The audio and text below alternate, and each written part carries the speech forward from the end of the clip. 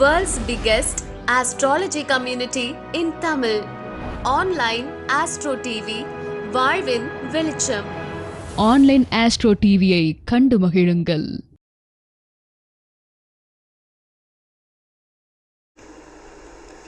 அடுத்ததாக நம்ம ஆவலுடன் எதிர்பார்த்த நமது தர்மசாஸ்திராவினுடைய சேவைக்குழு உறுப்பினர் உயர் திரு கோல்டன் கோபிநாத் ஐயா அவர்களுடைய நடக்க போவது சனியின் தசா, கொடுக்க போவது நிம்மதிக்கு விசா அப்படின்ற ஒரு எதிரி புதிரியான ஒரு தலைப்பின் கீழே ஒரு அற்புதமான ஒரு சிற்றுரையாற்றுமாறு அன்புடன் அழைக்கின்றேன். ஐயா நன்றி ஐயா. பாருங்க, எனக்கு முன்னாடியே கை தட்டிட்டீங்க, ரொம்ப நன்றி. ஸோ நவகிரகங்களையும் பஞ்சபூதங்களையும் தொழுது என் குருநாதரை தொழுது இங்கு நேரடியாக வந்திருக்கும் அனைத்து ஜோதிட உறவுகளுக்கும் ஆன்லைன் ஆஸ்ட்ரோ டிவி வழியாக இந்நிகழ்ச்சியை கண்டு கழித்து எங்களுக்கு உங்கள் ஆதரவை தொடர்ந்து தந்து கொண்டிருக்கும் ஜோதிட உறவுகளுக்கும் முதற்கண் வணக்கங்களை கூறி என் உரையை ஆரம்பிக்கிறேன். இப்போ பார்த்தீங்கன்னா எனக்கு இது கொஞ்சம் ஸ்பெஷல். எப்படின்னு கேட்டிங்கன்னா, எனக்கு அம்பத்தூர் எப்படி பழகினா, நான் சென்னையில் தான் படித்தேன். சரிங்களா? சென்னையில் நான் மறக்க முடியாத விஷயங்களில் ஒரு விஷயம் 47A பஸ்ஸு. முழு கதையை சொல்ல முடியாது. சரிங்களா? நான் தரமணியில் படித்தேன். 47A பஸ் ஏறி அங்கே உக்காந்தேன்னா நேராக பெசன் நகர், பெசன் நகர்லேருந்து அப்படியே அம்பத்தூர். அப்போல்லாம் ₹1 டோக்கனுங்க. ₹1 டோக்கன் எடுத்துட்டா எங்கே வேணால் போகலாம் சென்னை ஃபுல்லாக. இப்போ மாதிரிலாம் கிடையாது. இங்கே இங்கேயும் மறக்க முடியாத இடங்கள் இந்த ரூபினி காம்ப்ளெக்ஸு.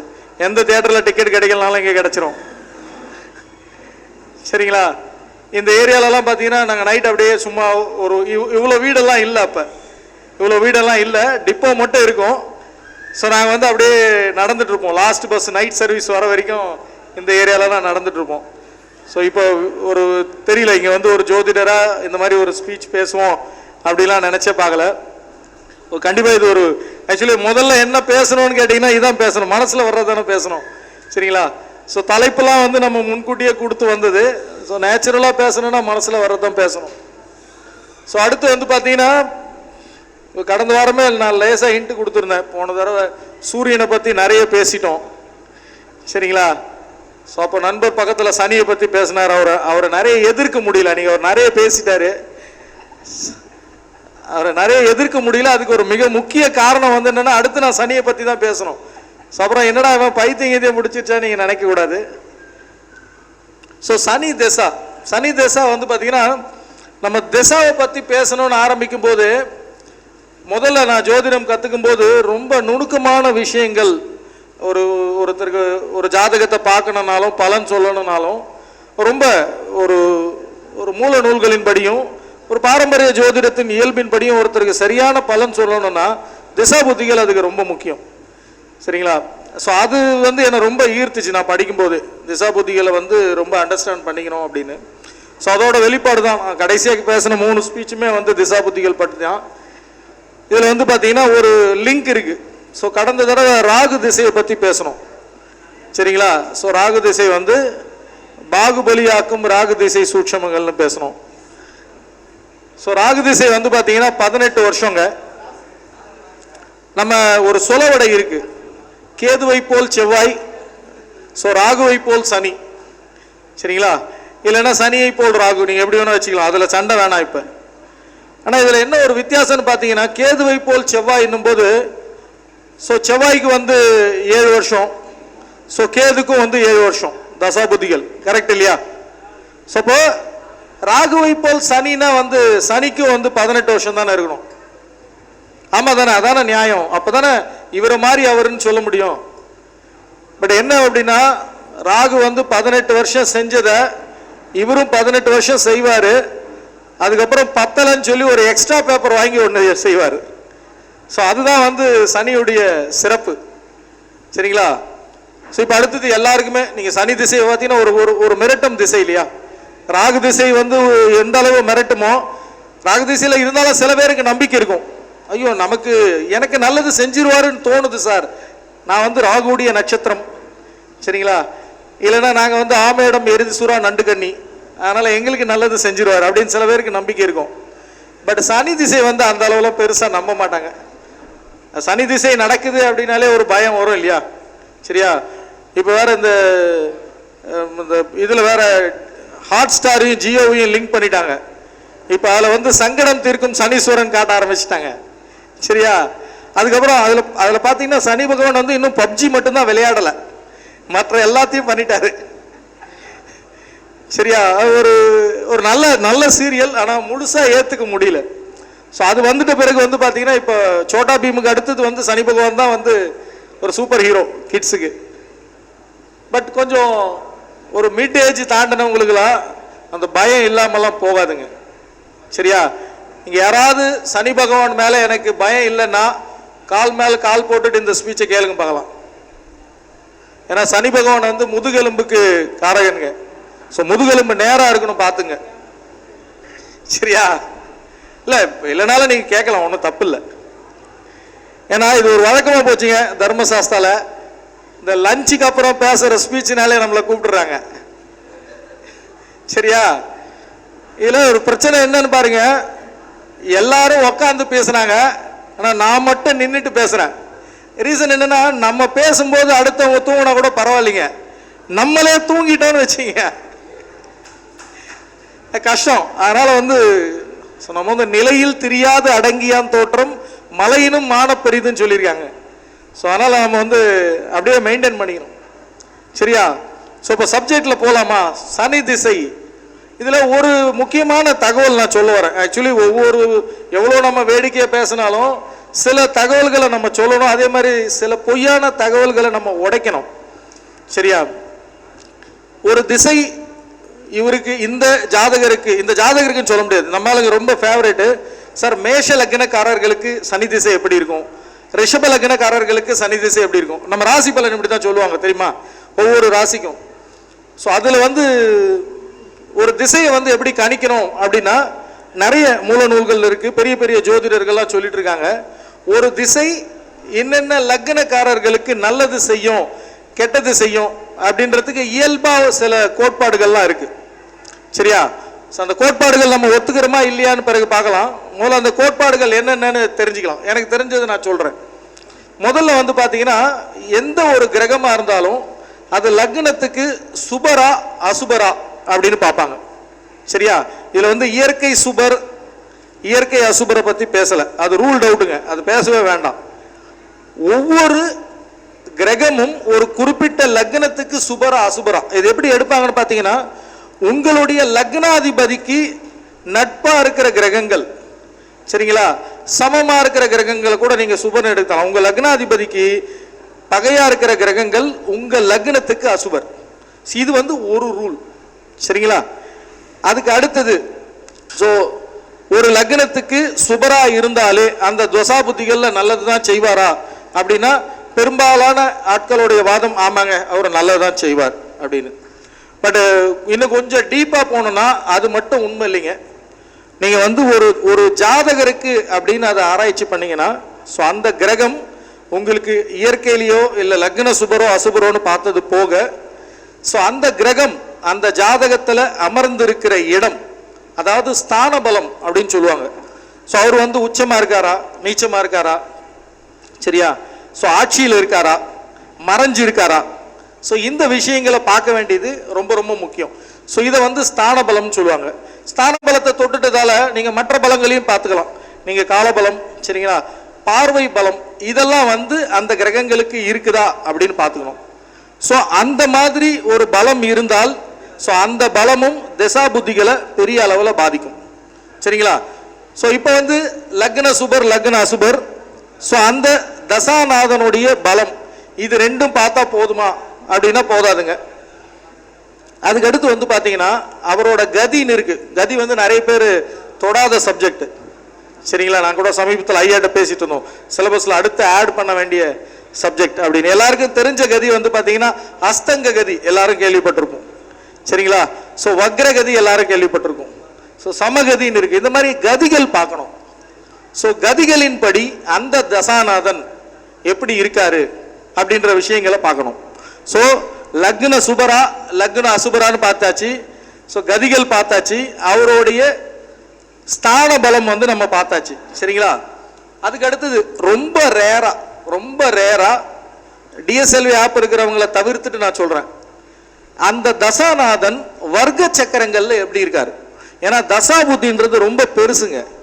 நீங்க வந்து ஒரு பிரசன்னம் பார்க்குற மாதிரி கிடையாது. பிரசன்னத்துக்கு வந்து நம்ம ஜென்ரலா ஒரு 6 மாசம் வேலிடிட்டி தருவாங்க. சரிங்களா? தசா புத்திகள் அப்படி கிடையாது. அதுவும் சனி தசா எதிர்பார்த்தீங்கன்னா சனி தசாக்கும் குரு தசாக்கும் ஒரு காம்பினேஷன் இருக்குங்க. சரிங்களா? வெறும் சனி திசையை மட்டும் பார்க்கக்கூடாது. சில நேரங்களில் குரு திசையில உங்களுக்கு நல்ல பலன்கள் கிடைக்கலன்னா அந்த பலன்களும் சேர்த்து சனி திசையில கிடைக்கும். சரிங்களா?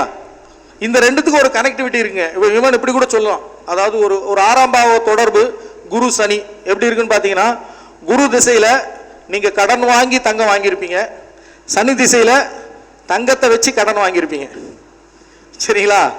ஸோ இந்த மாதிரியான ஒரு தொடர்பு வந்து ஏற்படுத்தும்.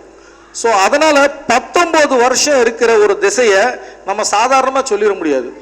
ரொம்ப நல்ல ஒரு தசா புத்தியை நீங்க கணிக்கணும்னு நினைச்சீங்கன்னா அந்த தசாநாதன் வர்க்க சக்கரத்தில் எப்படி இருக்காருன்னு பாருங்க. சரிங்களா? இப்போ நம்ம வந்து D60 வரைக்கும் போயிட்டோம். தெரியுமா யாருக்காவது? டிஎஸ்எல்வி ஆப் யார் யார் வச்சிருக்கீங்க? கை தூங்க பார்க்கலாம். இப்போ ரீசெண்ட் அப்டேட் வர்க்க சக்கரம். சரிங்களா? ஸோ நம்ம வந்து முதல்ல நம்ம D24 பேசிட்டு இருந்தோம், இப்போ D60 வரைக்கும் போயிட்டோம். ஸோ D60 வரைக்கும் ஒவ்வொரு நவாம்சத்துலையாட்டம், நீங்கள் திரையம்சாத்திலையாட்டம் இல்லை சதுர்விம்சாமத்திலையோ எதுலையுமே ஒவ்வொரு ஏஜ் குரூப்பில் அந்த தசாநாதன் உங்களுக்கான தசா புத்திகளை நடத்தும் போது வர்க்க சக்கரத்தில் அவர் எப்படி இருக்காரு அப்படின்னு பார்க்க வேண்டியது மிக மிக முக்கியம். சரிங்களா? இப்படி பலதரப்பட்ட கருத்துக்களை நம்ம சொல்லிட்டே போகலாம். ஸோ இப்போ நம்ம ஒரு 7-8 கருத்துக்கள் நம்ம பார்த்துட்டோம் இல்லையா? இந்த மாதிரிலாம் பார்த்துட்டு அந்த ஒரு குறிப்பிட்ட ஜாதகம் நம்ம வச்சுக்கலாம். ஒரு குறிப்பிட்ட லக்னம் வந்து சனி திசையில் நல்லது தான் செய்யும் அப்படின்னு ஒரு காம்பினேஷன் கிடைக்குது. ஸோ அதை வச்சு நம்ம முடிவு பண்ணிடலாமா அந்த லக்னத்துக்கு சனி நல்லா தான் பண்ணும்? ஒரு உதாரணத்துக்கு சொல்லிக்கலாம். நம்ம எப்படி வேகமானா நீங்கள் நிறைய யூடியூப் ஸ்பீச்சு ஷார்ட்ஸ்லாம் வந்து தசாபுத்திலாம் சொல்லுவாங்க. எப்படின்னா ஒரு 2 நிமிஷத்தில் தசாபுத்தியோட பலன் சொல்லிடுவாங்க. இப்போ மேஷ லக்னம் நம்ம எடுத்துக்கிட்டோம்னா சனி திசை நல்லா இருக்குமா அப்படின்னா எல்லாரும் என்ன சொல்லுவாங்க? ஸோ செவ்வாய் அவர் வந்து அந்த இடத்துல வந்து சனி வந்து நீசம் அடைகிறாரு. ஸோ அதனால் அவர் லக்ன சுபர் கிடையாது. அது இல்லாமல் அவர் பாதகாதிபதி. சரியா? 10ஆம் அதிபதின்றதால ஓரளவு நல்லது. ஸோ ஒரு ஆவரேஜ் பலன். ரெண்டாவது வந்து பார்த்தீங்கன்னா சனி மெதுவாக போகிறவர்.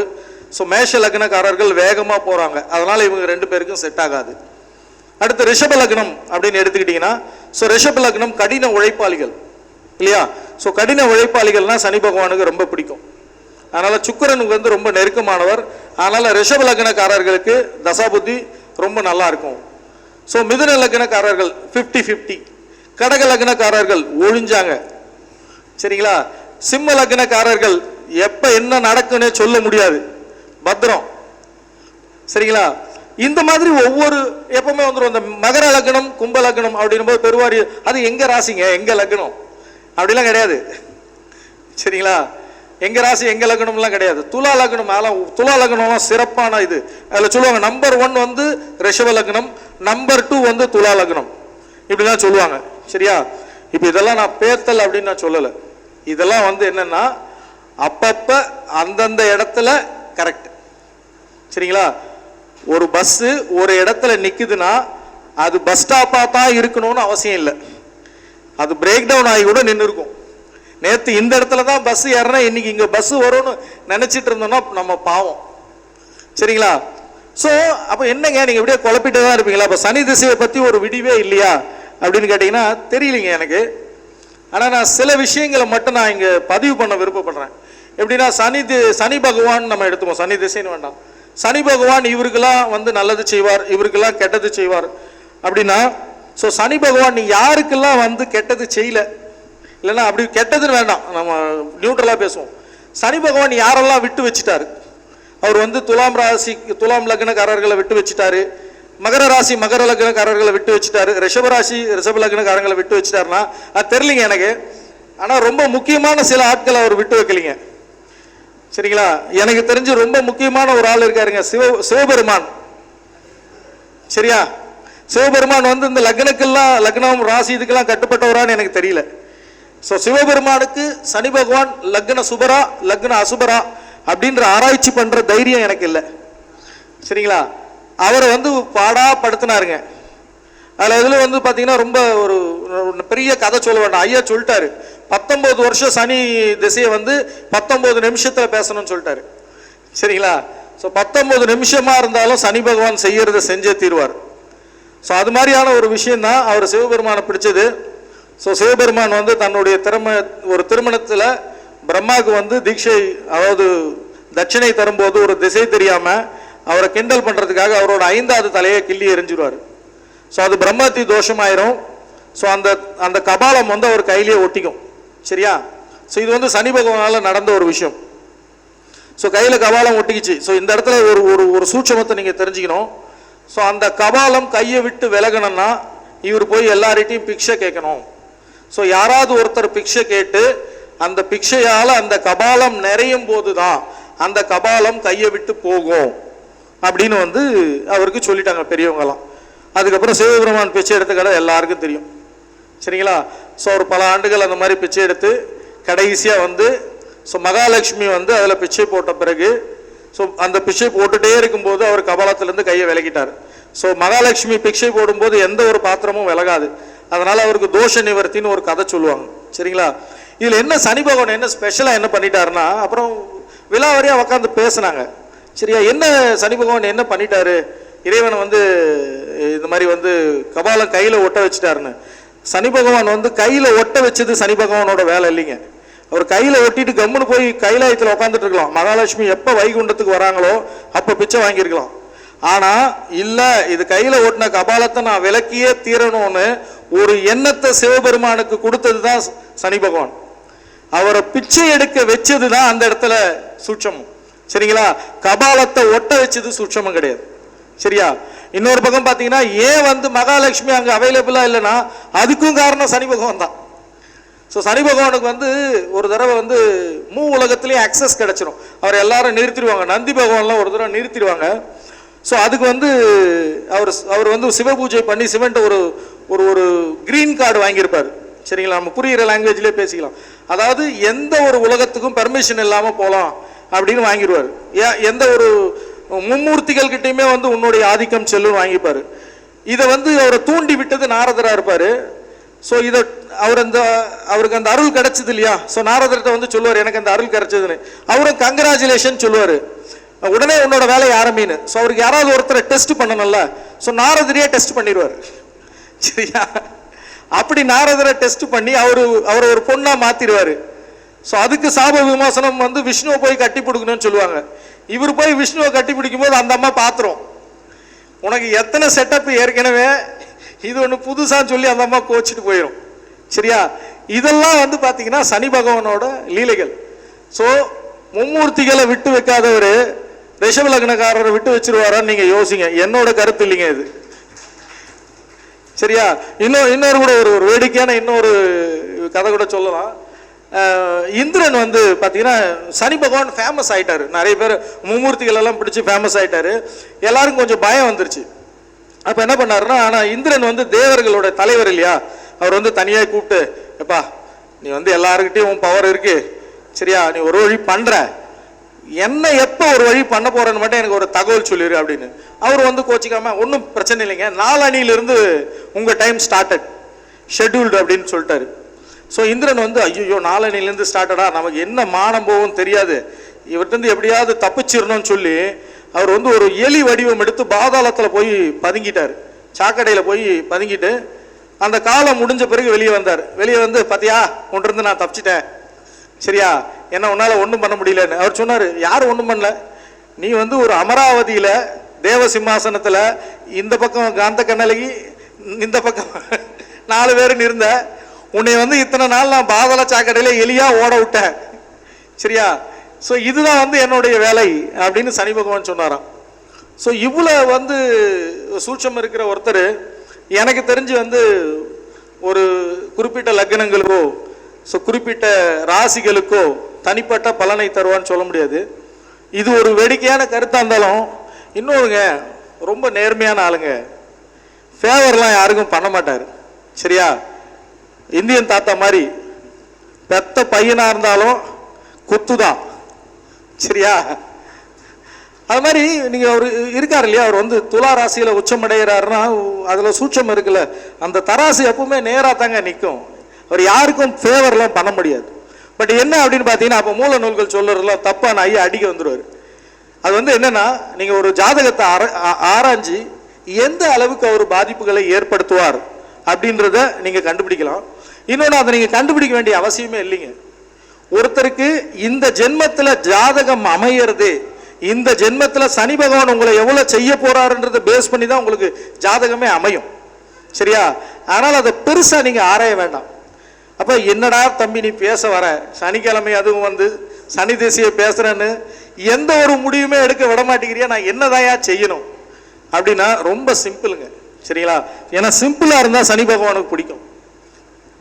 என்ன அப்படின்னா, முதல்ல நீங்க எவ்வளோன்னு எடை போடாம, நமக்கு எத்தனை அடி விழுன்னு கவுண்ட் பண்ணாம என்ன அடி விழுன்னு மட்டும் பாருங்க. சனி பகவான் என்ன செய்வார் சனி திசையில? சனி பகவான் என்ன செய்வார்னா, காமன் ஆன்சர், எந்த ஒரு கிரகமும் தன்னுடைய தசா புத்திகளில் தன்னுடைய காரகத்துவங்களை கண்டிப்பா தருவார். சரிங்களா? அதை கூட அவர் எந்த ஆதிபத்தியத்தை தாங்கி இருக்கிறாரோ அந்த ஆதிபத்தியத்தையும் கண்டிப்பா தருவார். அவர் எப்படி தருவார் அப்படின்னு பாத்தீங்கன்னா, அவர் அமர்ந்த வீட்டின் மூலமாகவோ, அவரோட சேர்ந்த கிரகங்களின் மூலமாகவோ, அவருக்கு கிடைத்த பலங்களின் மூலமாகவோ அதை செய்வார். சரிங்களா? இப்ப ஷார்ட்டா சொல்லிடுவோம், சனி பகவான் வந்து என்னென்ன செய்வார் சொல்லுங்க பாலாம். யாராவது அப்படியே ஆன்சர் சொல்லிட்டே வாங்க பாலாம். சனி பகவானோட காரகத்துவங்கள் என்னென்ன சொல்லுவார்? டாப் 4 சொல்லுங்க பாலாம். அமைதியா இருப்பார். இல்ல டாப் 4 இல்லைனாலும் ஐயா சொன்னாலும் அது 4ல ஸ்லோவா இருப்பார். சரிங்களா? வேற ஐயா சிம்பிளா நான் சொல்றேங்க ஐயா, இது வந்து மூல நூல்களில் சொல்லப்பட்ட விதிகள். மெய்யினில் வியாதி தோன்றும். சரிங்களா? சீரிய செல்வமாந்தர் செல்வம் விழும். கூறிய உறவு பகை கொள்ளும். சரிங்களா? அதுக்கு அடுத்தது மகோதரம் உண்டாகும். தொப்பை போடும். சனி திசையில தொப்பை போடும், இல்லைன்னா வயிறு பெருசாகும். சரிங்களா? சோ நோய் உண்டாகும். அதுக்கு அடுத்தது மற்ற காரகத்துவங்கள் என்னன்னு பாத்தீங்கன்னா, ஒரு தாமதப்படுத்துவார். இந்த தாமதம் வந்து எப்படின்னா, எல்லாரும் தப்பா புரிஞ்சுக்கிறாங்க. இந்த தாமதம் வந்து அவர் லேட்டா தான் வருவார். ஆபீஸுக்கு லேட்டா வரவங்களாம் வந்து சனி பகவானுடைய காரகம் இருக்கிறவங்க அப்படி கிடையாது. சனி பகவான் வந்து எப்படி பண்ணுவார்னா, இது எங்க வீட்டில் நடந்தது இல்லைங்க, எங்க பக்கத்து வீட்டில் நடந்தது. சரியா? ஸோ ஒரு ஹஸ்பண்ட் வந்து ஒய்ஃப்கிட்ட கேட்குறாரு, அம்மா எனக்கு வந்து டீ போட்டு தாமா அப்படின்னு. சரியா? நான் திரும்பவும் சொல்றேங்க, இது எங்க வீட்டில் நடக்கலை. அப்புறம் நீங்க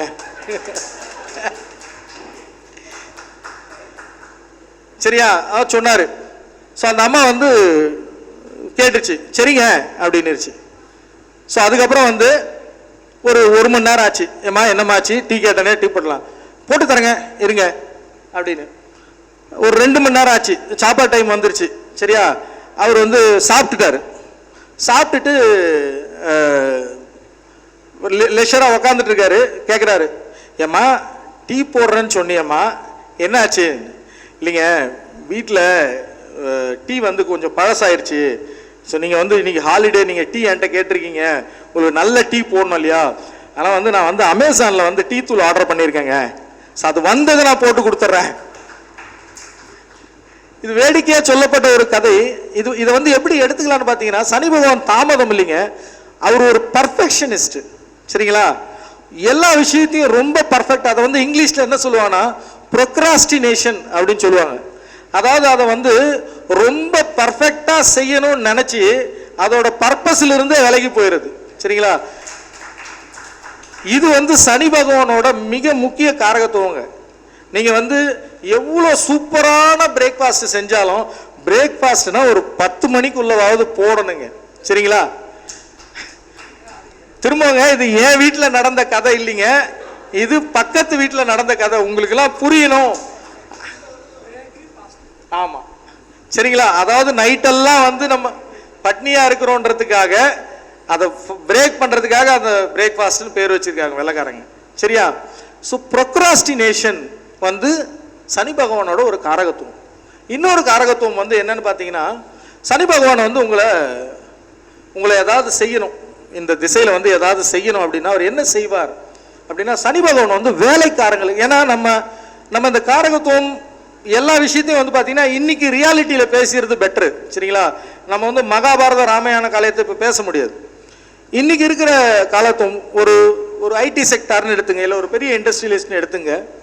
உங்களுக்கு சனி திசை நடக்குது அப்படின்னா வேலைக்காரர்கள் வந்து சனி பகவானோட காரகத்துவம். சரிங்களா?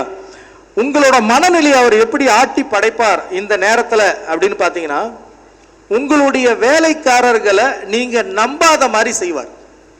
ஸோ வேலைக்காரர்களை நீங்க நம்பலைன்னா என்ன செய்வீங்க? நீங்களே அந்த வேலையை இழுத்து போட்டுட்டு செய்வீங்க.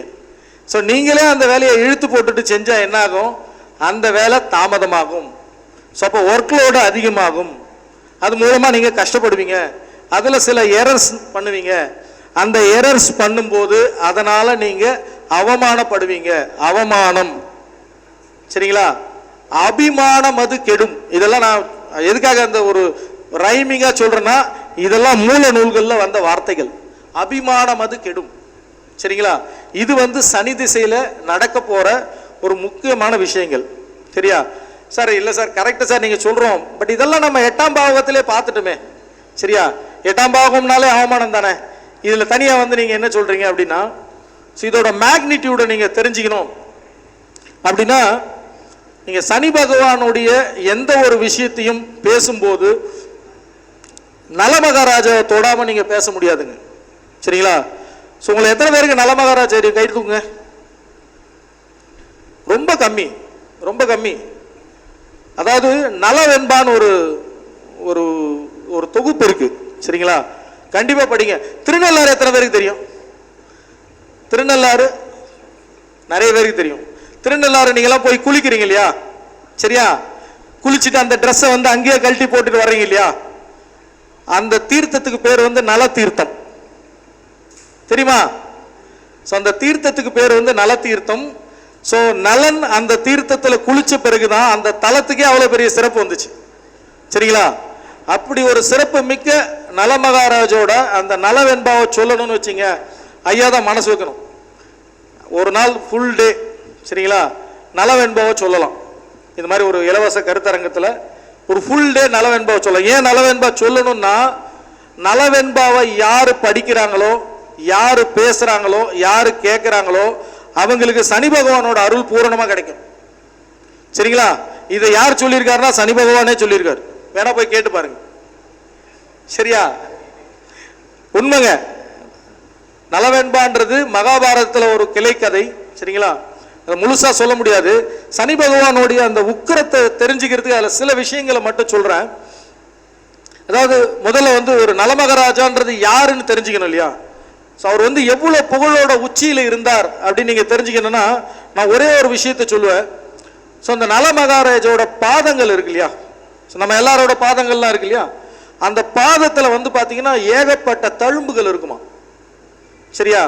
ஸோ நம்ம ஒரு ராஜானா என்ன பண்ணுவோம்? ராஜானா ஒரு நெஞ்சில தழும்பு, ஒரு முகத்துல தழும்பு, ஒரு தோல்ல தழும்புன்னா அவர் வந்து போர் புரிஞ்சாரு, வீரமானவர், போர் புரியும் போது அவருக்கு தழும்புலாம் பட்டுருச்சுன்னு சொல்லலாம்.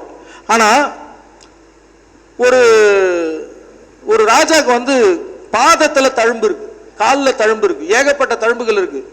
அதுக்கு என்ன காரணம்னு கேட்டீங்கன்னா, அவர் எவ்வளவு பெரிய ராஜான்னா அவருக்கு கீழே இருக்கிற ராஜாக்கள்லாம் வந்து அவர் காலில் விழுந்து கும்பிடுவாங்களாம். அப்படி அவங்க காலில் விழுந்து கும்பிடும்போது அவங்களுடைய மகுடங்கள்லாம் அவர் காலை உரசுமா. அந்த மாதிரி உரசி உரசி உரசி அவர் காலெல்லாம் தழும்பா இருப்போம். அப்பனா அவருக்கு கீழே எத்தனை ராஜாக்கள் இருந்திருப்பாங்க. சரியா? அவங்க டெய்லிலாம் வந்து காலில் விழ மாட்டாங்க. இது என்ன இப்போ நம்ம ஊர் அரசியல் மாதிரியா பார்க்கும் போதெல்லாம் காலில் விழ? சரியா? அவங்க எப்பயாவது ஒரு தடவை தான் வந்திருப்பாங்க. அப்ப எத்தனை ராஜாக்கள் வந்து அவருக்கு கீழே இருந்திருப்பாங்க, அவருக்கு அந்த அளவு பண்ணியிருப்பாங்க. அப்படிப்பட்ட சிறப்பு மிக்க ஒரு நலமகாராஜா என்ன ஆனார் அப்படின்னு பார்த்தீங்கன்னா, 2-3 விஷயங்கள் சொல்லலாம். அவர் வந்து சூதாடி தன்னுடைய நாடு நகரம் எல்லாத்தையும் இழந்துட்டார். கடைசியா வந்து பார்த்தீங்கன்னா அவர் விட்டுட்டு போகும்போது ஒரே ஒரு வேஷ்டி மட்டும் கட்டிட்டு போனாராம், நாட்டை விட்டுட்டு போகும்போது. சரிங்களா? அந்த வேஷ்டியையும் சனி பகவான் வந்து ஒரு அன்னப்பறவையா வந்து எடுத்துட்டு போயிட்டாராம். அதுக்கப்புறமா அவர் வந்து என்ன பண்றதுன்னு தெரியாம அவர் ஒய்ஃப்ட்டு இருந்து அவங்க சாரியை வந்து ஷேர் பண்ணி அவர் கட்டிக்கிட்டாராம். சரிங்களா? அந்த ஷேர் பண்ண சாரியோட தான் அவருக்கு வந்து அந்த மொத்த சனி திசையும் கழிச்சாராம். அது மட்டும் இல்லை, அவர் ஒரு மிகப்பெரிய அழகன். அவர் வந்து உலகத்திலேயே அழகான பெண் வந்து தமயந்தின்னு சொல்லுவாங்க, அவரோட ஒய்ஃபு. சரிங்களா? அவங்க ஒய்ஃப் வந்து இந்திரனே வந்து சுயம்பரத்துக்கு வந்தப்பையும் இந்திரனை கல்யாணம் பண்ணிக்காம இந்தால கல்யாணம் பண்ணிட்டாங்க. அப்பனா இவர் எவ்வளோ பெரிய ஆளா இருப்பாரு. சரிங்களா? அப்படிப்பட்ட ஒரு ஆளு சனி திசையில கார்கோடன்ற பாம்பால கடிக்கப்பட்டு தன்னோட உருவம் குள்ளமா மாறி கருத்து போய் உடம்பெல்லாம் சூம்பி போய் அவரோட பசங்களாலேயே கண்டுபிடிக்க முடியாத அளவு அவலட்சணம் ஆயிட்டார். சரிங்களா? ஸோ எல்லாத்தையும் இழந்தார். செல்வத்தை இழந்தார், மானத்தை இழந்தார், தன்னுடைய அழகை இழந்தார். இது இல்லாமல் இன்னொரு முக்கியமான விஷயம், அவர்கிட்ட வந்து ஒரு தேரோட்டி ஒருத்தர் தான். சரிங்களா? அந்த தேரோட்டி வந்து அவருக்கு ரொம்ப லாயலாக இருந்து கடைசி வரைக்கும் இவர் நாட்டை விட்டு போகும்போது அவனும் கூட வந்து வெளியே வந்தான். அந்த தேரோட்டியை வந்து இவர் இல்லைப்பா நீ போய் பொழைச்சிக்க அப்படின்னு சொல்லி வேற ஒரு தேசத்துக்கு அனுப்பிடுவார். அப்படி அவன் போய் ஒரு தேசத்தில் அவன் வேலை செஞ்சுட்டு இருப்பான். அந்த தேரோட்டிக்கு அசிஸ்டண்டாக இவர் அங்கே போய் வேலையில் ஜாயின் பண்ணுவார். நீங்கள் யோசிச்சு பாருங்க, நீங்கள் ஒரு கம்பெனியில் வந்து மேனேஜராக இருக்கீங்க. சரியா? அங்கே வந்து உங்களுக்கு ஒரு பியூனாக இருக்காரு. ஸோ அந்த பியூனு வேற ஒரு இடத்துல போய் ஒரு சீனியர் பியூனாக ஜாயின் பண்ணுறாரு. அவருக்கு கீழே நீங்கள் ஒரு ஆஃபீஸ் பாயாக ஜாயின் பண்ணால் எப்படி இருக்கும்? சரிங்களா? அவமானம்னு சொல்கிறது ரொம்ப ஈஸிங்க. மூல நூல்களில் சொல்லிட்டாங்க அபிமானம் அது கெடும் அப்படின்னு. பட் இந்த அளவு கெடும். இன்னைக்கு இருக்கிற காலகட்டத்துக்கு இதை நீங்கள் பொருத்தி பார்த்துங்க. சரியா? இந்த அளவு உக்கிரமானது. மனைவியை பிரிஞ்சார். சரிங்களா? பசங்களை பிரிஞ்சார். இன்னொரு முக்கியமான காரகத்துவம், இந்த சனி திசை சனி புத்திகளில் நீங்கள் ஏதாவது ஒரு நல்லது செஞ்சீங்கன்னா அது கெட்டதாக முடியும். அப்போதைக்கு அதுக்கும் நலவென்பல ஒரு குறிப்பு இருக்கு. இவர் என்ன பண்ணுவார், அந்த சாரியை வந்து ஷேர் பண்ணிட்டு போயிட்டார் இல்லையா, அதுக்கப்புறம் பொண்டாட்டியை விட்டுருவார். அந்த அம்மா பொழைச்சி போட்டோம் அப்படின்னு சொல்லி. இவருக்கே தெரியும் நமக்கு ஏதோ நடக்குது, கூட இருக்கவெல்லாம் காலியாக வரோம், ஒவ்வொரு விக்கெட்டாக போகுது. சரியா? நம்ம வேண்டாம் அப்படின்னு. ஸோ இல்லை, இந்த விக்கெட்டுன்னும் போது தான் சிஎஸ்கே ஞாபகம் வருது. சிஎஸ்கேக்கு வேற சனி திசை தான் போயிட்டு இருக்கான்னு தெரில. சரியா? ஸோ அது போட்டோம் ஒரு பக்கம். இது என்ன ஆச்சுன்னா, இவர் வந்து தனியாக போவார். அப்போ பார்த்தீங்கன்னா ஒரு நெருப்பு வளையத்துள்ள ஒருத்தர் வந்து மாட்டிட்டு முழிச்சிட்டு இருப்பாராம், கத்திட்டு இருப்பாராம், என்னை காப்பாத்துங்க என்னை காப்பாத்துங்கன்னு. சரியா? இவர் என்னதான் நாடெல்லாம் விட்டு வந்தாலும் இவர் உடல்ல பலம் இருக்கு இல்லையா. ஸோ அவர் அந்த நெருப்புக்குள்ள பூந்து அவரை காப்பாற்றி வெளியே எடுத்து வந்ததும் அவர் என்ன பண்ணுவார், இவரை கடிச்சிடுவாராம். அப்பமா தான் தெரியும் அவர் கார்கோடன் ஒரு பாம்பு. ஸோ அவர் வந்து கடிச்சிடுவாராம். சரியா? கடிச்சிட்டு இவர் உடம்பெல்லாம் விஷம் இருக்குமா. ஸோ அந்த உடம்பெல்லாம் விஷம் தாங்க இருக்குமா, சிரிக்காதீங்க. சரியா? அந்த அளவு நீங்க நல்லது செஞ்சாலும் அதுல ஒரு அற்புதமான வரி இருக்கும். அதான் ஒரு நாள் நலவன்பை கொடுத்தாருன்னா பேசலாம். உபகாரம் செய்ய வந்த எனக்கு அபகாரம் செய்து விட்டாயே அப்படின்னு அந்த நலவென்பால அந்த பாடல் வரி வரும். சரியா? இந்த மாதிரி அவர் என்னென்ன செய்வார்ன்றதுக்கு சில உதாரணங்களா நம்ம வந்து இதெல்லாம் சொல்லலாம். நலவென்பா நீங்க படிச்சீங்கன்னா கண்ணீர் வரும். உண்மையிலே அதை நலவென்பா படிச்சு அழாதவங்க கல் நெஞ்சக்காரங்கன்னு சொல்லலாம். சரியா? ஆமா ஆமா, புரியாதவங்களும் சொல்லலாம். அப்படிப்பட்ட ஒரு அற்புதமான ஒரு அருமையான லவ் ஸ்டோரிங்க. ஒரு அருமையான லவ் ஸ்டோரி. அதுக்கப்புறம் இந்த மாதிரி ஒரு டிராஜடி ஆகி போயிடும். சரிங்களா? அப்படிப்பட்ட ஒரு வாழ்க்கையை தரவல்லவர் சனி பகவான். இப்ப நேரம் வேற ஆயிட்ட போகுது. சரிங்களா? ஆமா, நம்ம வந்து ட்ரெடிஷ்னலா வந்து இப்ப பரிகாரம்னு சொல்ல முடியாது. ஸோ இப்போ இந்த சனி திசை தான் நடக்குது, சனி புத்தி நடக்குது. இதெல்லாம் தான் அவர் செய்வார். நோய் தருவார். சரிங்களா? அவமானத்தை தருவார், வறுமையை தருவார், பகையை உண்டாக்கிடுவார், தாமதத்தை தருவார், ப்ரொக்ராஸ்டினேஷனை தருவாருன்னு சொல்லிட்டோம். ஸோ இதுலேருந்து தப்பிக்க என்ன வழி அப்படின்னு பார்த்தீங்கன்னா ரொம்ப சிம்பிளுங்க. இவர் என்ன செய்வாரோ அதான் இதுக்கான வழி. இவர் என்ன செய்வார், கோடியில் ஒருத்தன் அப்படின்னு நம்ம இருப்போம், நம்ம தெருக்கோடியில் ஒருத்தன் அப்படின்னு அவர் மாற்றுவார். ஸோ இதுக்கு பரிகாரம் நீங்களே தெருக்கோடியில் ஒருத்தனா மாறிடுங்க. நீங்கள் தனி ஒருவன் அப்படின்னு இருப்பீங்க, உங்களை கூட்டத்தில் ஒருவன் அப்படின்னு மாற்றுவார். ரெண்டுமே தமிழ் படம், பார்த்து தெரிஞ்சிங்க. ஸோ நீங்களே கூட்டத்தில் ஒருவனா மாறிடுங்க. சரியா? இதுக்கான நிவர்த்திங்க. நான் நீங்கள் திரும்ப திருநள்ளாறு போங்க, அந்த ட்ரெஸ்ஸு காட்டி போகிறது ஒரு மூட நம்பிக்கை மட்டும் உடைச்சிடலாங்க. அதாவது நீங்க நிறைய பேர் வந்து அந்த நல தீர்த்தத்துல குளிச்சுட்டு இந்த விநாயகரை கும்பிடுறதுக்கு முன்னாடி நீங்க என்ன ட்ரெஸ் போட்டுட்டு இருந்தீங்களோ அது அப்படியே அந்த குளத்திலேயே கழட்டி போடணும்னு சில பேர் சொல்லுவாங்க. சில பேர் வந்து அந்த குளத்து மேல வந்து கழட்டி போடணும்னு சொல்லுவாங்க. சரிங்களா? அப்படிலாம் கிடையாதுங்க. தயவு செஞ்சு புரிஞ்சுக்குங்க. அதாவது உடை தானம் அப்படின்றது சனி பகவானுக்கான ஒரு அற்புதமான பரிகாரம். அந்த உடை தானத்தை வந்து எப்படி சொல்லணும் அப்படின்னா, உடை தானம்னு அவர் என்ன செய்யறாருன்னா, சனி பகவானை பொறுத்த வரைக்கும் தானம் என்ற வார்த்தையை அவருக்கு பிடிக்காதுங்க.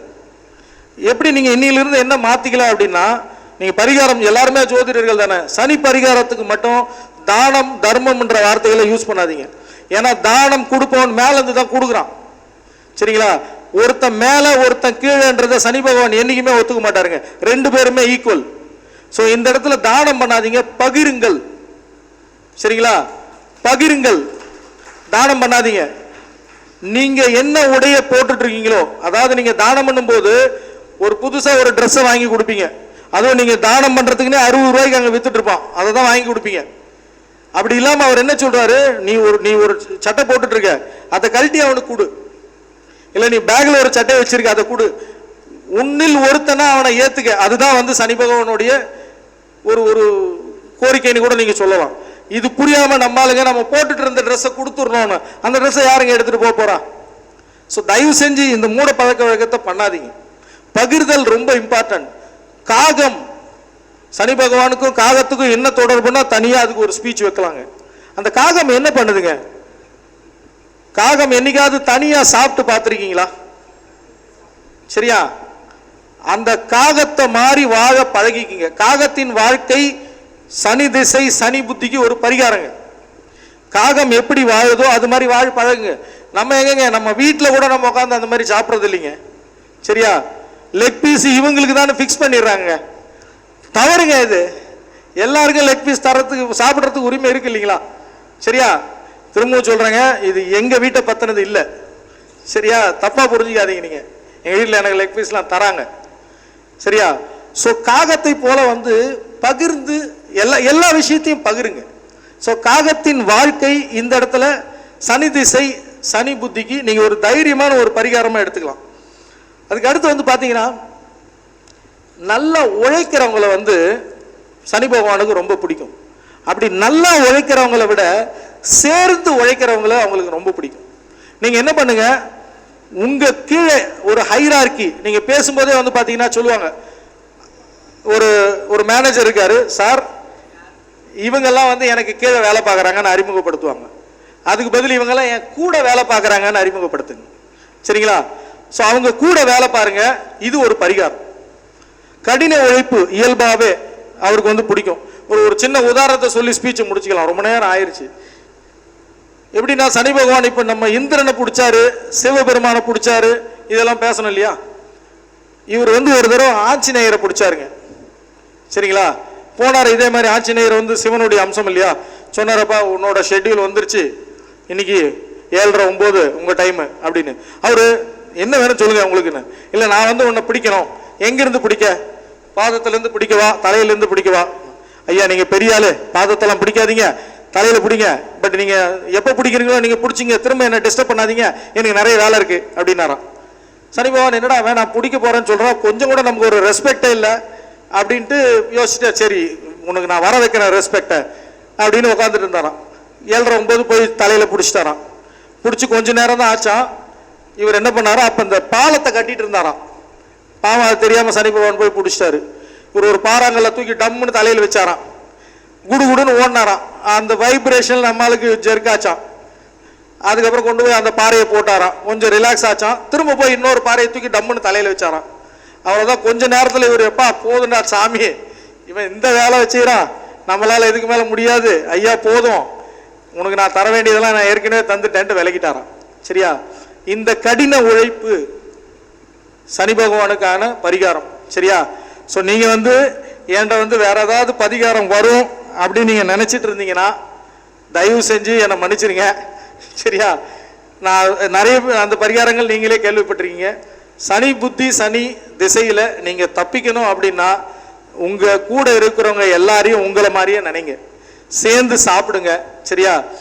முக்கியமான ஒரு விஷயங்க, ரொம்ப ஒரு வீட்டை சுத்தம் பண்றது க்ளீன் பண்ணுறது அப்படின்றத குறிப்பிட்ட ஆட்களுக்கு தராதிங்க.